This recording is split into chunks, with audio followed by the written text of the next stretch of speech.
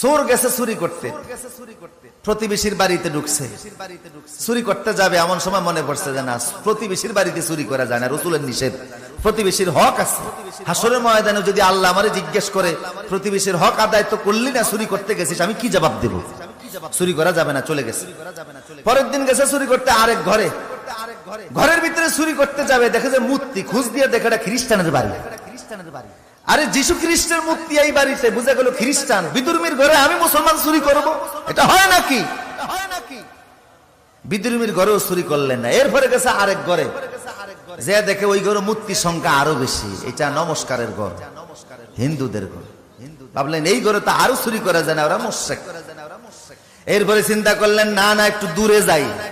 চতুর্থ রাতে দূরে চলে গেছে এক বাড়িতে, ঘরে যে ঢুকছে চুরি করবে, দোতলার ভিতরে সিন্ধুক, দোতলায় উঠে সিন্ধুকের টাকাগুলি নামে গণতেছে। গণার সময় দেখে কিছু টাকার উপরে লেখা আছে এটা হালাল টাকা, এই টাকা যাকাত দেওয়া হয়েছে।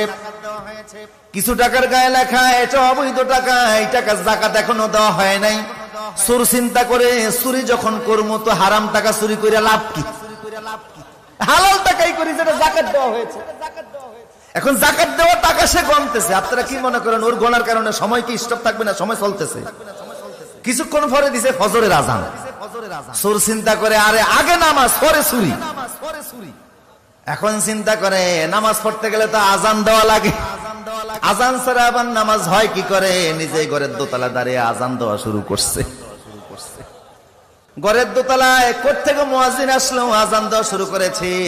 তাড়াতাড়ি তাহাজ্জুদ নামাজ পড়ে দোতলায় যেয়ে দেখে একটা যুবক ছেলে দাঁড়িয়ে আছে। এই যুবক তুমি কোত্থেকে এসেছো? আমনে কে? উনি বলে আমি এই ঘরের মালিক। কয় ফজর নামাজ পড়ছেন নি? কয় না এখনো পড়ি নাই। উযু আছে নি? কয় উযু তো আছে। একামত দেন মিয়া। চোর হইলো ভালো করে জানে যে নামাজ পড়তে হলে আজানও দেওয়া লাগে, একামতও দেওয়া লাগে। বললো একামত দেন। বুড়ারে পাশে দাঁড় করায়া একামত দিয়েছে, নামাজ পড়া শুরু করে দিয়েছে। এত সুন্দর তেলাওয়াত, ঘরের মালিকের চোখ থেকে টপ টপ করে পানি পড়া শুরু হয়ে গেছে। এই যুগের বহু আলেমের চাইতো সেই যুগের সুরের তেলাওয়াত অনেক শুদ্ধ ছিল। কথা বলেন ঠিক কি না?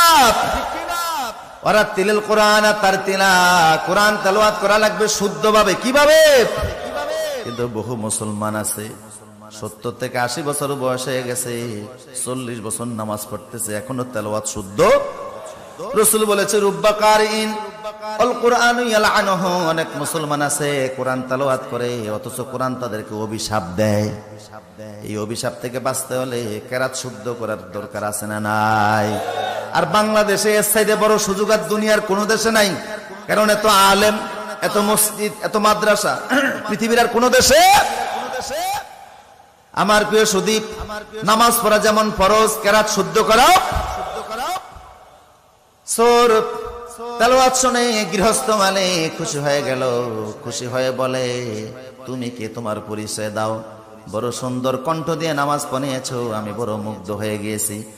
চোর বলে আর পরিচয় দেওয়ার দরকার নাই, যা হওয়ার তা হয়ে গেছে, আমি যাচ্ছি, আসসালামু আলাইকুম। উনি বলে না, পরিচয় দেওয়া লাগবে। কেন এসেছো আমার ঘরের দোতলায়? তুমি কেন আসছো? কেমনে ঢুকছো? যুবক বলে আসছিলাম একটা কাজে, এখন আর সুযোগ নাই করার, ধরা পড়ে গেছি। মালিক বলে না, বলা লাগবে। বলে ও মালিক, পেটের অভাবে চুরি করতে বের হয়েছি, আপনার ঘরে আসছিলাম, টাকা গুনতে গেছি, এমন সময় আজান দিয়ে দিয়েছে। ভাবলাম চুরি পড়ে আগে নামাজ, নামাজ পড়তে যে ভাবলাম আজান দেওয়া লাগে, আজান দিয়েছে।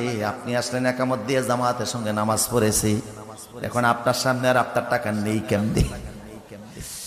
উনি বলে আমার ঘরে কি এই প্রথম আসতো না? অন্য ঘরে গিয়েছিলাম খ্রিস্টানের ঘরে, মূর্তি দেখে অমুসলিমের ঘর, সে অমুসলিমের ঘরে থেকে আমি চুরি করি নাই। এরপরে গিয়েছি আমি হিন্দুর ঘরে, অমুসলিম ইসলামের দুশ্মন, তার ঘরেও চুরি করি নাই। এরপরে গিয়েছি প্রতিবেশীর ঘরে, তার ঘরেও চুরি করি নাই। তারপরে আসছি আপনার ঘরে। এইভাবে করে আপনার ঘরে আইসাও তো নিতে পারলাম না। উনি বলে তুমি যাইতে পারবা না, তুমি এখানেই থাকো। তালা মাইরা নিজে নিচে গেছে, যুবকের ঘরে আটকে নিচে চলে গেছে। স্ত্রী রে নিজের কন্যা বিবাহের উপযুক্ত হয়েছে, একটা মুত্তাকি ছেলে তালাশ করতেছিলাম।